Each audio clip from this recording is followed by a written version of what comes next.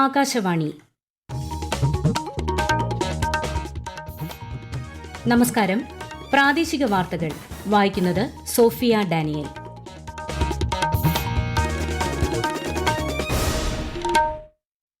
പ്രധാന വാർത്തകൾ.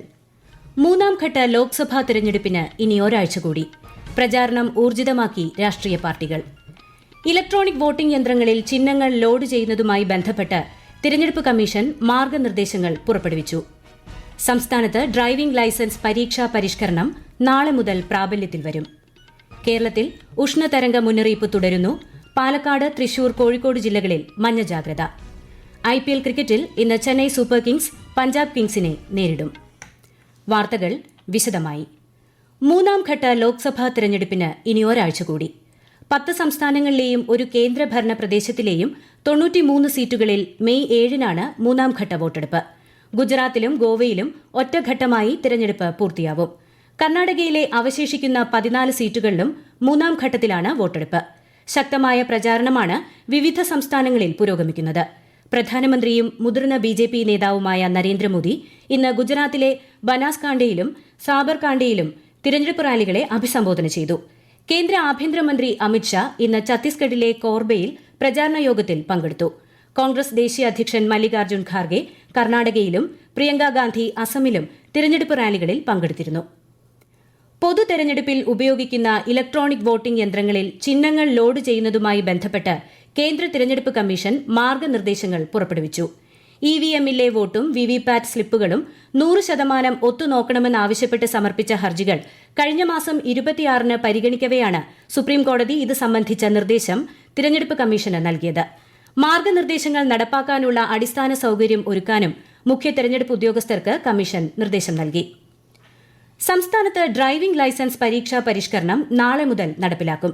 Driving school ഉടമകളുടെ പ്രതിഷേധം നിലനിൽക്കെയാണ് പരിഷ്കരണം നടപ്പിലാക്കുന്നത്. കൂടുതൽ വിവരങ്ങളുമായി ആകാശവാണി തിരുവനന്തപുരം ജില്ലാ പ്രതിനിധി രജു കോലിയക്കോട്. പുതിയ ട്രാക്കുകൾ പൂർണ്ണമായും ഒരുക്കിയിട്ടില്ലെങ്കിലും ചില മാറ്റങ്ങളോടെയാകും ഡ്രൈവിംഗ് പരീക്ഷാ പരിഷ്കരണം സംസ്ഥാനത്ത് നടപ്പാക്കുന്നത്. റോഡ് ടെസ്റ്റിന് ശേഷമാകും ടെസ്റ്റിൽ പങ്കെടുപ്പിക്കുക. റോഡ് ടെസ്റ്റിലും ഇതുവരെയുള്ള രീതികളിൽ മാറ്റമുണ്ടാകും. പ്രതിദിന ടെസ്റ്റുകൾ 60ആയി കുറച്ചിട്ടുണ്ട്. 15 വർഷത്തിൽ കൂടുതൽ പഴക്കമുള്ള വാഹനങ്ങൾ ഡ്രൈവിംഗ് ടെസ്റ്റിന് ഉപയോഗിക്കാൻ പാടില്ലെന്നും പുതിയ നിർദ്ദേശത്തിൽ പറയുന്നു. അതേസമയം ഡ്രൈവിംഗ് ലൈസൻസ് പരിഷ്കരണം ബഹിഷ്കരിക്കുമെന്ന് CITU അറിയിച്ചു. സർക്കുലർ പിൻവലിച്ചില്ലെങ്കിൽ ഡ്രൈവിംഗ് പരീക്ഷ തടയുമെന്നാണ് CITUവിന്റെ നിലപാട്. ഡ്രൈവിംഗ് പരിഷ്കരണത്തിൽ പ്രതിഷേധിച്ച് ഡ്രൈവിംഗ് സ്കൂൾ ഉടമകൾ നാളെ സംസ്ഥാന വ്യാപകമായി കരിദിനം ആചരിക്കുമെന്നും പ്രഖ്യാപിച്ചിട്ടുണ്ട്. അയോധ്യ ശ്രീരാമക്ഷേത്രത്തിൽ ദർശനം നടത്തുന്നതിനായി രാഷ്ട്രപതി ദ്രൌപദി മുർമു രാമജന്മഭൂമിയിലെത്തി. ഉത്തർപ്രദേശിലെ മഹാഋഷി വാൽമീകി അന്താരാഷ്ട്ര വിമാനത്താവളത്തിലെത്തിയ രാഷ്ട്രപതിയെ ഗവർണർ ആനന്ദിബെൻ പട്ടേൽ സ്വീകരിച്ചു. അയോധ്യയിലെ ശ്രീ ഹനുമാൻ ഗാർഹി ക്ഷേത്രത്തിൽ ദർശനം നടത്തിയ ശ്രീമതി മുർമു പ്രത്യേക പൂജകളിൽ പങ്കെടുത്തു. രാമക്ഷേത്ര നിർമ്മാണത്തിനു ശേഷം രാഷ്ട്രപതി നടത്തുന്ന ആദ്യ രാമജന്മഭൂമി സന്ദർശനമാണിത്. രാജ്യത്ത് GST വരുമാനം ഏറ്റവും ഉയർന്ന നിരക്കിൽ. ഈ വർഷം ഏപ്രിലിൽ 2,10,000 കോടി രൂപയാണ് മൊത്തം GST വരുമാനം. ആഭ്യന്തര ഇടപാടുകളിലും ഇറക്കുമതിയിലുമുണ്ടായ ശക്തമായ വർധനയാണ് 12.4% വാർഷിക വളർച്ചയ്ക്ക് കാരണമായതെന്ന് ധനമന്ത്രാലയം അറിയിച്ചു. റീഫണ്ടുകൾ കണക്കാക്കിയ ശേഷം ഏപ്രിലിലെ GST വരുമാനം 1,92,000 കോടി രൂപയാണ്. ഈ വാർത്തകൾ ആകാശവാണിയിൽ നിന്ന്. കേരളത്തിൽ ഉഷ്ണതരംഗ മുന്നറിയിപ്പ് തുടരുന്നു. പാലക്കാട്, തൃശൂർ, കോഴിക്കോട് ജില്ലകളിൽ കേന്ദ്ര കാലാവസ്ഥാ വകുപ്പ് മഞ്ഞ ജാഗ്രത നൽകി. പാലക്കാട് ജില്ലയിൽ അടുത്ത 4 ദിവസം കൂടി താപനില 40 ഡിഗ്രി സെൽഷ്യസ് വരെയും തൃശൂരിൽ 39 വരെയും കോഴിക്കോട് 38 ഡിഗ്രി സെൽഷ്യസ് വരെയും ഉയരാൻ സാധ്യത. പൊതുജനങ്ങൾ പകൽ 11 മണി മുതൽ 3 വരെ പുറത്തിറങ്ങുന്നത് പരമാവധി ഒഴിവാക്കണം. ധാരാളമായി വെള്ളം കുടിക്കുകയും പുറത്തിറങ്ങുമ്പോൾ കുടയും പാദരക്ഷയും ഉപയോഗിക്കുകയും ചെയ്യണം. സംസ്ഥാനത്ത് ഈ മാസം 5 വരെ ഇടിമിന്നലോട് കൂടിയ ഒറ്റപ്പെട്ട മഴയ്ക്കും സാധ്യതയുണ്ടെന്ന് കാലാവസ്ഥാ വകുപ്പ് മുന്നറിയിപ്പ് നൽകി. കോഴിക്കോട് ജില്ലയിൽ കനത്ത ചൂട് തുടരുന്നത് കാർഷിക മേഖലയെ ഉൾപ്പെടെ ബാധിച്ചു. ജലലഭ്യത കുറഞ്ഞത് ഇടവിള കൃഷികൾക്കും തിരിച്ചടിയായി. തീറ്റപ്പുൽ ലഭിക്കാത്തതിനാൽ ക്ഷീര കർഷകരും പ്രതിസന്ധിയിലാണ്. മലയോര മേഖലയിൽ ഉൾപ്പെടെ കുടിവെള്ളക്ഷാമം അതിരൂക്ഷമായിട്ടുണ്ട്. പുഴകളിലെ ജലനിരപ്പ് താഴ്ന്നതോടെ കിണറുകളിലും വെള്ളം കുറഞ്ഞ അവസ്ഥയിലാണ്. തദ്ദേശ സ്ഥാപനങ്ങളുടെ നേതൃത്വത്തിൽ കുടിവെള്ള വിതരണം നടത്തുന്നുണ്ടെങ്കിലും ഇത് എല്ലാ ആവശ്യങ്ങൾക്കും തികയുന്നില്ലെന്ന് പ്രദേശവാസികൾ പറയുന്നു. എന്നാൽ ജില്ലയിലെ ഉയർന്ന മേഖലകളിൽ ചൂടിന് അല്പം കുറവുണ്ട്. സംസ്ഥാനത്തെങ്ങും കടുത്ത ചൂട് നിലനിൽക്കുന്ന സാഹചര്യത്തിൽ രാവിലെ 10 മുതൽ വൈകിട്ട് 4 വരെ ഔട്ട്ഡോർ കായിക മത്സരങ്ങൾ നടത്തരുതെന്ന് കായിക വകുപ്പ് നിർദ്ദേശം നൽകി. കായിക പരിശീലനം, വിവിധ സെലക്ഷൻ ട്രയൽസ് എന്നിവയ്ക്കും നിയന്ത്രണം ബാധകമാണ്. കായിക മന്ത്രി വി അബ്ദുറഹ്മാന്റെ നിർദ്ദേശപ്രകാരമാണ് നടപടി. കടുത്ത ചൂട് തുടരുന്നതുവരെ നിയന്ത്രണം നിലനിൽക്കും. കേരളത്തിൽ വൈദ്യുതി ഉപഭോഗത്തിൽ റെക്കോർഡ് വർധന തുടരുന്ന സാഹചര്യത്തിൽ വൈദ്യുതി ഉപയോഗം പരിമിതപ്പെടുത്തണമെന്ന് അഭ്യർത്ഥിച്ച് KSEB. ലോഡ് ക്രമാതീതമായി കൂടിയാൽ 11 kV ഫീഡറുകളിൽ വൈദ്യുതി വിതരണം നിലയ്ക്കുമെന്നും കഴിഞ്ഞ ദിവസം സംസ്ഥാനത്ത് പലയിടത്തും വൈദ്യുതി മുടങ്ങാൻ ഇതാണ് കാരണമെന്നും KSEB അറിയിച്ചു.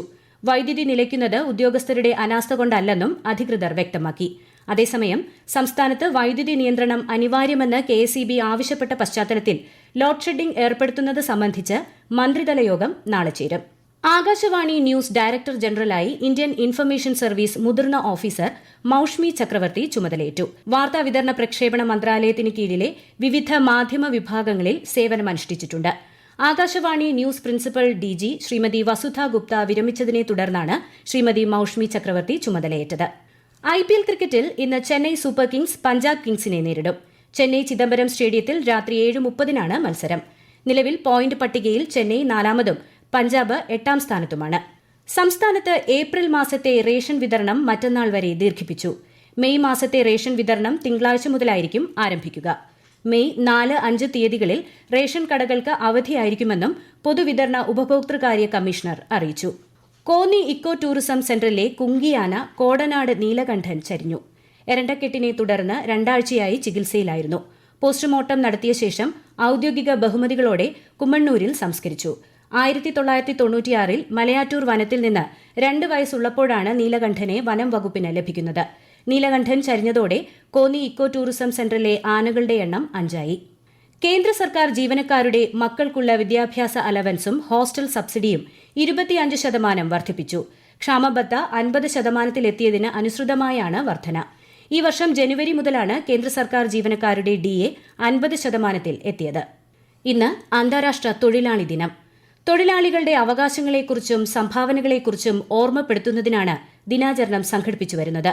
INTUC, CITU, AITUC തുടങ്ങി വിവിധ തൊഴിലാളി സംഘടനകളുടെ നേതൃത്വത്തിൽ സംസ്ഥാനത്ത് മെയ് ദിന റാലികൾ നടന്നു. തിരുവനന്തപുരം ജില്ലാ സ്പോർട്സ് കൌൺസിൽ സംഘടിപ്പിച്ച മെയ് ദിന കായികമേള മന്ത്രി വി ശിവൻകുട്ടി ഉദ്ഘാടനം ചെയ്തു. തൊഴിൽ വകുപ്പിന്റെ സഹകരണത്തിൽ യൂണിവേഴ്സിറ്റി സ്റ്റേഡിയത്തിൽ നടത്തിയ കായികമേളയിൽ 800-ഓളം തൊഴിലാളികൾ പങ്കെടുത്തു.